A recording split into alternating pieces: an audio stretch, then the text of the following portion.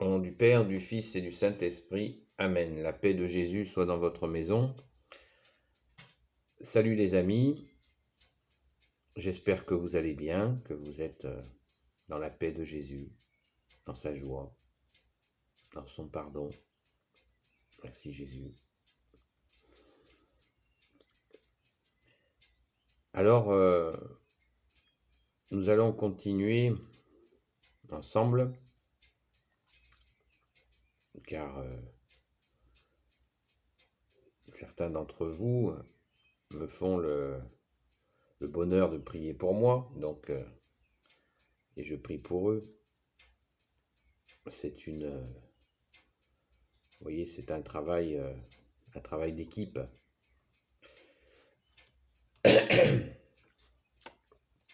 Et je remercie les personnes qui m'ont témoigné de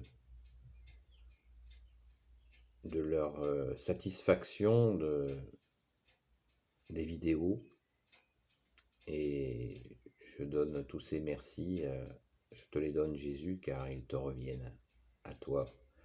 Jésus, notre seul enseignant, notre seul maître, notre seul sauveur, notre seul rédempteur. Merci Jésus, sois béni dans tes anges et dans tes saints. Alléluia. Alors les amis, donc la suite, la partie 2 du concile de Nicée, de ce concile tremblement de terre qui a vu cette unité catholique allumer le feu tant souhaité par notre bien-aimé Jésus, ce feu d'amour. Jésus, soleil d'amour, soleil de justice, qui se répand sur toute la terre. On a vu, bien sûr, Jésus venir, Jésus mourir pour nous, Jésus ressuscité, Jésus envoyer ses apôtres, et le fruit est là. Les fruits sont là. Les communautés chrétiennes se développent de partout. Et bien sûr qu'il y a quelques difficultés, et notamment des personnes qui ont une compréhension de la foi chrétienne qui commence à dévier. Et c'est à ce moment-là que le premier concile, donc de Nicée, intervient pour reclarifier encore ce que déjà saint Paul avait bien expliqué, ce que Jésus lui-même avait bien expliqué, ce que les apôtres avaient parfaitement relayé. Mais hélas, les hommes sont ainsi. Il faut qu'ils dévient pour des raisons, comme dit le proverbe, l'orgueil précède la chute. Voilà. Donc ça, c'est un grand classique. Chez les humains que nous sommes. Donc le concile de Nicée, concile qui veut dire conciliation, réunit 300 évêques, comme je vous l'ai déjà expliqué, en 325, vous imaginez, on est en 2021, pour mettre un terme à ce qui est appelé couramment dans l'Église des hérésies, ce qui veut dire des déviances de la foi. La principale de l'époque venait d'Alexandrie, donc d'Égypte, où un prêtre qui s'appelait Arius avait développé une foutaise, qui niait la divinité de Jésus, que Jésus est Dieu avec son Père. Donc je ne vais pas vous expliquer cette théorie fumeuse dont nous pouvons ressentir quelques éclaboussures ici ou là encore de nos jours. Car quand on renonce, on refuse la divinité de Jésus, qui est Dieu qui s'est fait homme, eh bien, on se perd dans cette théorie fumeuse qui consisterait à croire que tous les hommes peuvent se faire Dieu, ce qui est pure folie. Ça, c'est le mensonge de Satan, d'où le cri de Saint Michel Archange qui dit, quand il terrasse la bête, il crie « Qui est comme Dieu ? Qui se prend pour Dieu ?»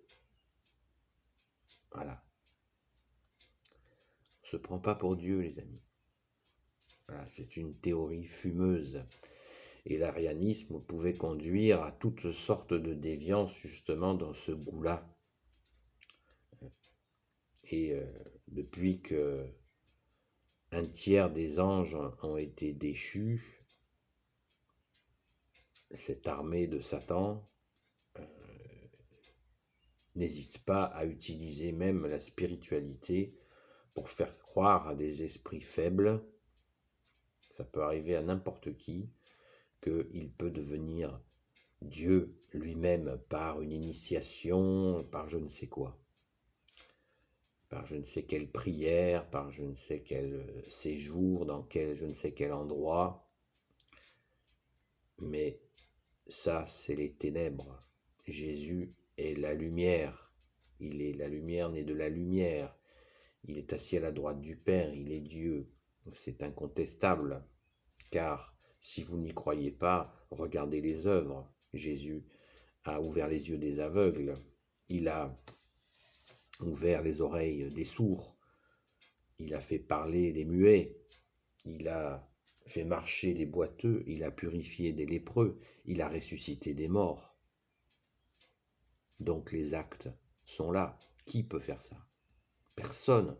Dans l'histoire de l'humanité, aucun homme n'a fait ça. Il n'y a que Dieu qui s'est fait homme qui a pu réaliser cela. Et ses œuvres sont là pour nous montrer qu'il n'y a pas d'ambiguïté. Les arianistes ne faisaient rien de tout ça. Voilà. Ils étaient dans l'erreur et ils voulaient, comme hélas, beaucoup dans ces cas-là, contaminer toute l'Église naissante avec cette théorie fumeuse. Donc le concile de Nicée a été fait principalement pour éliminer cet arianisme qui menaçait le salut en Jésus-Christ. Voilà, parce que si vous courez derrière des théories fumeuses comme ça, il n'y a pas de salut. Jésus n'est pas dans ce délire. Donc si on court dans le mensonge, eh bien, pour le salut, c'est foutu. Voilà. Donc l'Église a réagi en bon père de famille pour préserver ses enfants. Elle a écarté définitivement l'arianisme et c'était nécessaire. Et la preuve par les actes, puisque le concile de Nicée a produit ce fameux credo de Nicée où on voit dans cette pureté de cette prière qui nous dit notre foi catholique, on voit dans cette pureté que, effectivement, l'Esprit Saint est à la manœuvre. Le Père, le Fils et le Saint-Esprit, la Sainte Trinité est là dans ce texte qui nous dit la vérité. Voilà. Donc, voilà le concile de Nicée et cela. Alors, il s'est passé quelque chose de supplémentaire au concile de Nicée, c'est que bien sûr, le malin, ayant été battu sur une brèche, cherche à en ouvrir une autre, et là, pas plus tard qu'en 381, il y a un nouveau concile, le concile de Constantinople, qui va avoir lieu pour rajouter dans ce fameux credo de Nicée, rajouter la partie de l'Esprit Saint. Je vous la rappelle, je crois en l'Esprit Saint qui est Seigneur et qui donne la vie. Il procède du Père avec le Fils, il procède du Père et du Fils avec le Fils. Je crois en l'Esprit Saint qui est Seigneur et qui donne la vie. Il procède du Père et du Fils avec le Père et le Fils. Il reçoit même adoration et même gloire. Il a parlé par les prophètes. Donc, ce credo de Nicée, en 381, le concile de Constantinople rajoute la question de l'Esprit Saint, précise la place prépondérante de troisième personne de la Sainte Trinité de l'Esprit Saint. Voilà. Vous voyez comme les choses se sont, les choses se sont bâties et se sont consolidées. C'est ça l'émergence de l'Église, c'est absolument magnifique. C'est absolument magnifique. Et là, avec le concile de Nicée et de Constantinople, on retrouve en 325 puis en 381 la merveille. Une merveille, les amis. Une merveille. Nous avons un texte qui est parfait et qui nous donne notre foi, notre sainte foi catholique, qui s'est construite par la grâce de Jésus avec des hommes de chair et des hommes, bien sûr, des saints, parce qu'il ne faut pas rêver. À la manœuvre, il y avait forcément des saints au service de Jésus pour développer un texte d'une telle densité et puis d'une telle résonance, parce que ce texte n'est pas resté lettre morte, comme on dit. Il a enflammé la chrétienté et il enflamme nos cœurs à chaque fois qu'on le dit. Merci Jésus, merci à ton Père, merci à l'Esprit Saint. C'est absolument époustouflant de puissance.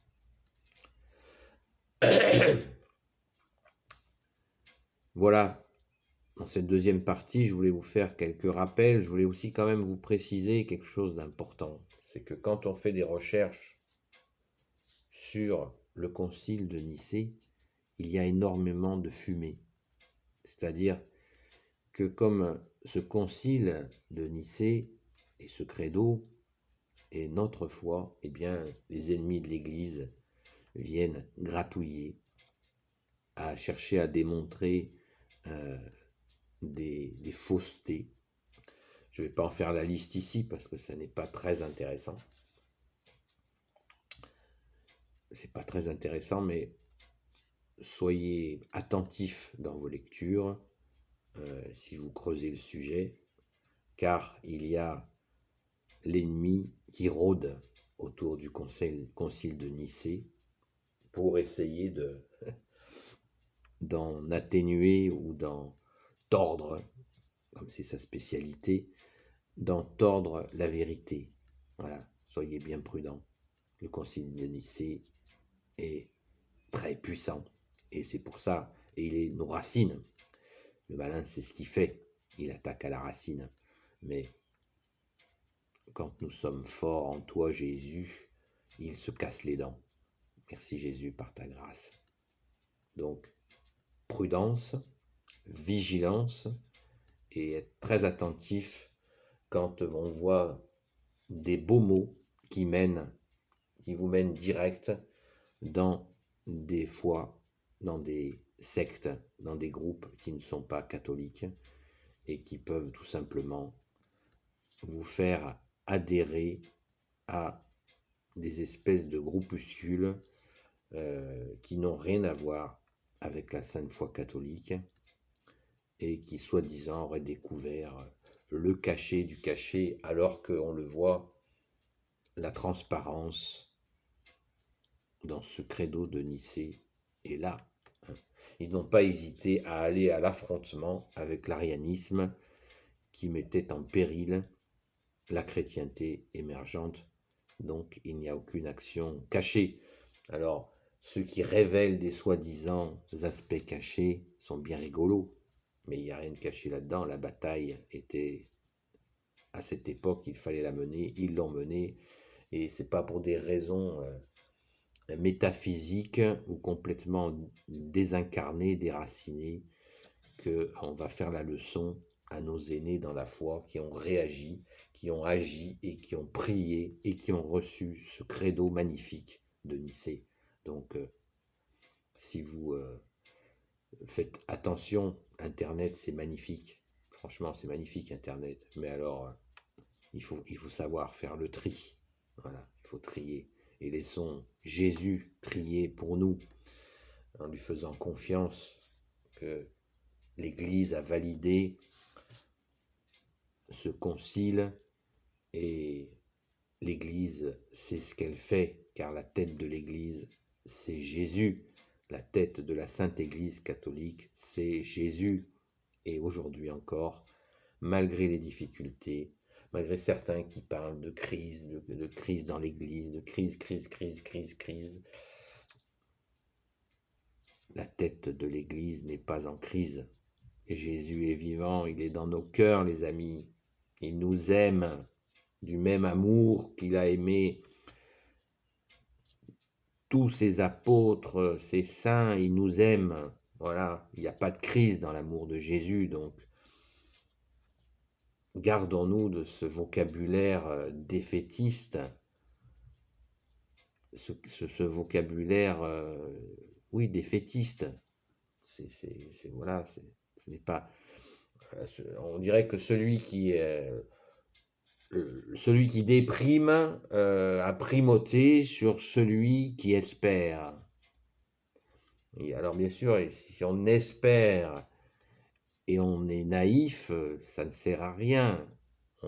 On espère et on est concret. C'est notre deuxième don du Saint Baptême, l'espérance. Nous avons l'espérance, nous recevons notre Saint Baptême catholique, nous recevons l'espérance. Hein.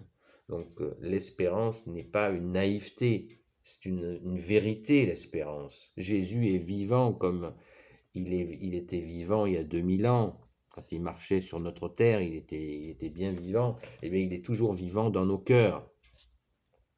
Et son second avènement est prévu, les amis. Donc, soyons dans cette joie profonde et laissons ce langage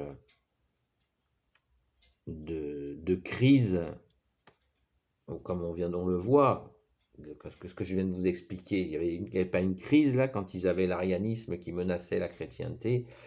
Mais bien sûr qu'il y avait des difficultés et les gens ont gardé la foi en Jésus en disant c'est Jésus qui est la tête et tout va bien se passer. Alléluia, merci Jésus. Donc soyons infiniment confiants, les amis. Infiniment. Merci Jésus, alléluia. Voilà les amis, je ne vais pas faire trop long. Je crains pour vous qu'il y ait une troisième partie. Allez, soyons dans la joie de Jésus et rendons grâce. Merci Jésus, alléluia. Béni soit le Père, le Fils et le Saint-Esprit. Amen. Ô Jésus, toi qui peux tout et qui portes tout, toi le Sauveur, toi l'Emmanuel, je te confie toutes celles et ceux qui regarderont cette vidéo ainsi que leurs proches selon ta sainte volonté.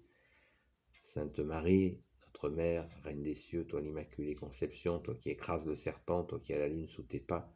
Saint Joseph, toi le juste et le saint, toi le sage, toi la terreur des démons, toi le saint gardien de la Sainte Église catholique. Sainte Marie-Madeleine, notre chère sainte patronne, et vous tous les saints et saintes, amis de Jésus. Saint Michel Archange qui est comme Dieu, Saint Gabriel Archange, Saint Raphaël Archange et tes anges guérisseurs, et vous tous les anges qui servez Jésus, je vous confie toutes celles et ceux qui regarderont cette vidéo, ainsi que leurs proches selon la sainte volonté de notre seul roi, Jésus ressuscité, la tête de la Sainte Église catholique, les amis.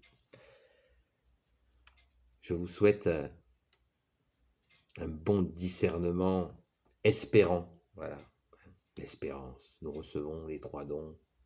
Foi, qui veut dire confiance, espérance et charité. Charité avec la vérité, bien entendu. À bientôt les amis. La paix de Jésus soit dans votre maison.